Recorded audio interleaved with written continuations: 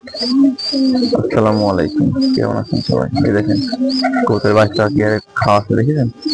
এই কবুতর বাচ্চাটা খেয়ে যেই কবুতর বাচ্চা খাওয়া, মানে যে কবুতর দেখবেন আপনার খাবার খাওয়ার সাথে সাথে চলে যাবে বাইরে, যে বাচ্চা খাবে সেই কবুতর অবশ্যই ভালো হবে। সেই কবুতরের সমস্যা হবে না, আল্লাহর রহমতে কোনো সমস্যা হবে না, বুঝছেন? এই দেখেন,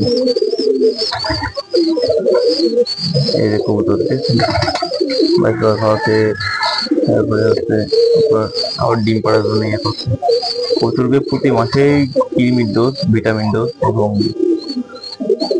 ক্যালসিয়ামের ডোজ করবেন, তাহলে বাচ্চা তোলার সাথে সাথে কবুতর সুস্থ থাকবে, ভেঙে পড়বে না।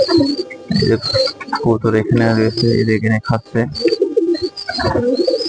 দেখছেন। কবুতর সুস্থ থাকলে আপনি বুঝতে পারবেন যে কবুতরটা সুস্থ, অসুস্থ নেই। সবাইকে আল্লাহ হাফেজ, আসসালামু আলাইকুম।